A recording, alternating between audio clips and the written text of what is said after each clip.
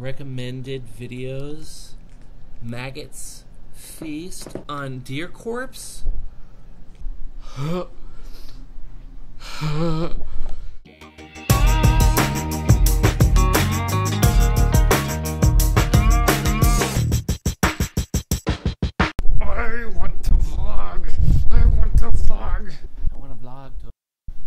want to vlog. I miss vlogging. I've been on a blackout. I shut down my site and I shut down all my personal videos. And yeah, you could say that I kind of flipped out. Let me tell you what happened. Since you're on my private list. You know what's funny, by the way, just off topic. When I look at you and I see a little eye, I literally see an eye, there's like a little pupil. Like, I look in you, like, I'm looking at you at your Cyclops eye. Anyway, here's what happened. One of the guys at the office, I told him, dude, that's a really cool avatar. He's like, oh yeah, that goes around. There's lots of people use that. Just the fact that he had a YouTube channel, I thought that was kind of cool, so I subscribed to his channel. No, I did that. I subscribed to his channel. I exposed myself. He got an email, I'm sure. And I don't know what he did. I have no idea.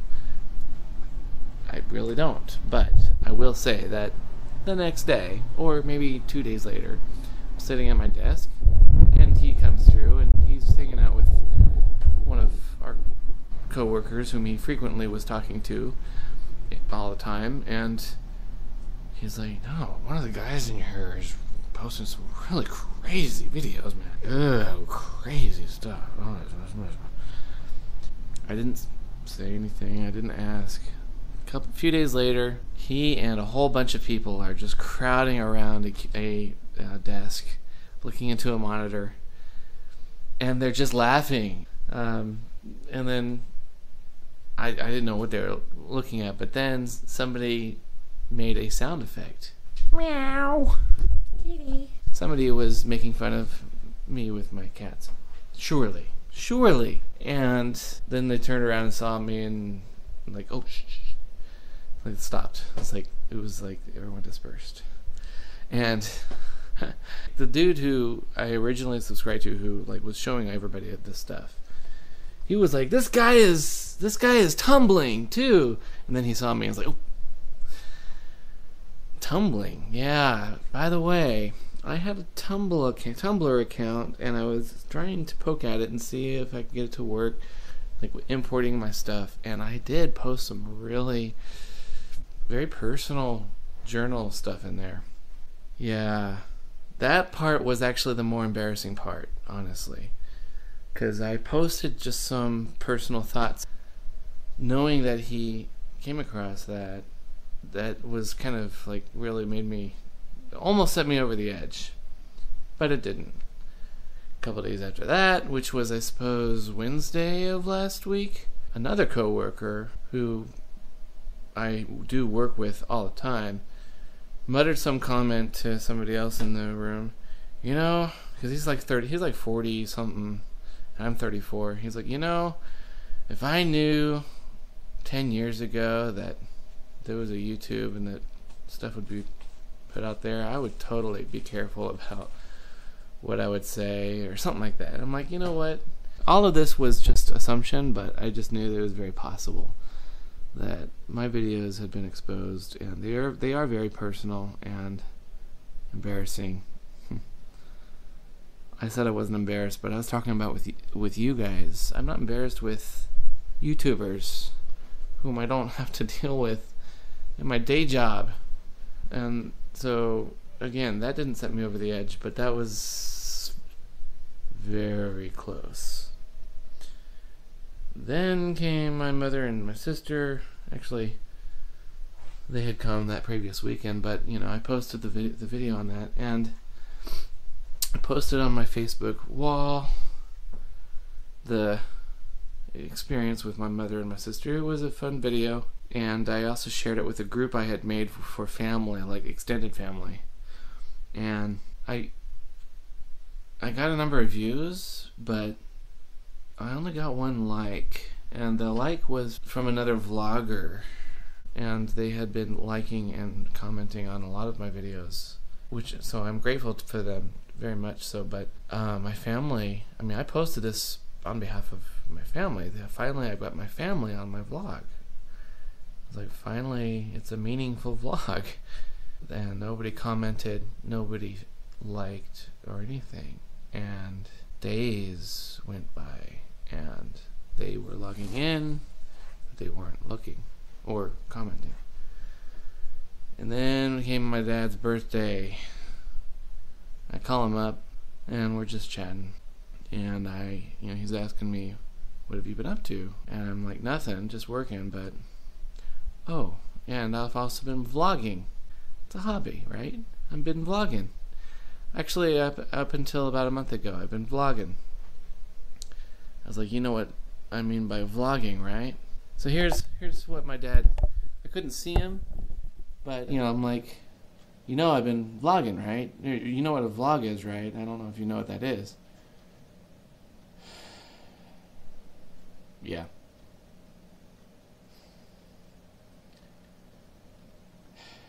Lord will give you wisdom. If you ask for it, God will give you wisdom. I'm like, I don't have any regrets. This has really grown me. I really feel like it's changed me, because it's helped me really be more introspective about myself and who I am. Just talking through my issues and what's holding me back from becoming the person that I could be, or whatever, Oh, great. Oh, sure. I'll give you wisdom. I grew up with 3 sisters, no brothers. My mother all of us loved each other. My mother loved us dearly, but she had a tendency to yell. All through my childhood, she was always yelling. She didn't talk to us, she yelled at us all the time. But she yelled in love. Honestly, I kid you not, it was love. It's one of those funny things where she yelled, but it was all in love, and we all knew it. But my dad had a lot of health issues, and when my dad was really supposed to die, through the years, before then, he was just a very aggressive, hard personality too. He cut himself off from family. His near-death experience, because of his health issues, changed him, transformed him, made him a new man. He was much closer to family, but it also kind of crippled him. He just slowed down a lot. And so I have to say, I didn't have a lot of a male figure in my life. I didn't have much of a male figure. And this is something that my oldest sister and her husband brought up a couple months ago when they came to Scottsdale, and I met with them. And you remember, if you saw my vlog from long before, one of the vlog posts I talked about, I had a deep depression that it made me unable to sleep. I was getting like 2 hours of sleep a night for like 3 or 4 nights in a row because of this conversation I had with my sister. And that was partly because they had made up their mind that because my father didn't have a lot of time to spend with me, he had the time, but he didn't have a lot of himself to give to me because he was just always struggling with his health issues, and therefore I didn't have much of a male figure in my life.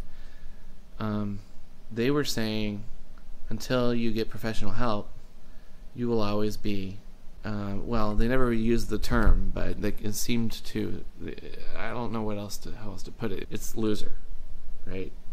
You will always be a homebody, stuck in your home, unable to interact, make friends, find women, whatever. And I was receptive to that, and because it's a lot of their thinking is based on a lot of truth, but I told them that, well, you know what? I'm on this vacation, really having a time of introspection, and I'm doing this vlog, and because of this time I've devoted to myself to really grow myself and to think through how I can get from here to where I want to be, I might actually get professional help. And instead of them saying, good, all right, glad we had this conversation, which I expected them to say, they were like, well, why are you on vacation? Why are you vlogging? So this boils down to you as long as you're vlogging, you're still sitting in front of your computer. You're not doing anything. You're not trying. And it's just this attitude, because we'd been spending 3 or 4 hours talking about this family situation, about how I didn't have much of a male figure and that I need help, whatever. Here I am saying I might do that. I might be receptive, and I'm at a good place in my life this month, this time of year, this 34 years of my life. I'm actually it's actually a very good time that I'd actually consider that. So thank you. They didn't even acknowledge that I might actually be receptive. They were like, well, you're vlogging. Well, that sounds... What I realized was that whole conversation came about because family, i.e. my mother, my father, whatever, were talking behind my back, and they were upset that I was vlogging, and I had a history of blogging some very inappropriate stuff a decade ago, years ago. So they thought I was up to no good. I have no defense. Other than the fact that I know that they were wrong. I mean, I am trying, I am changing, I'm working on me, I'm trying to rethink, re-strategize. I'm definitely taking this all very seriously. And here they were telling me to my face, you're not doing anything. You're just going completely down the wrong path. As a Christian, it wouldn't be appropriate for me to give them a big F word, but I genuinely wanted to say F. Anyway, so here I was on my dad's birthday calling him up. Hey, I've been vlogging. Yeah. Lord will give you wisdom.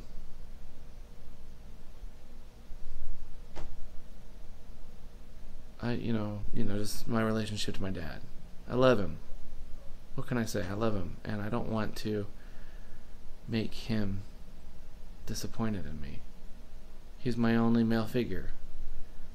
I would say I don't care. Some people would say you shouldn't care. But he's the only male figure in my life. What can I do? So that's the reason why I cut out the videos. Combination of so many things, but that sent me over the edge. Just a simple, yeah. That sent me over the edge. That's why I deleted all my videos. But I deleted them from YouTube, not from my hard drive, and I will say that while I knew that I would start another channel, hence this vlog. I realized while I was going through some of my videos, trying to get them all together and get them to an upload state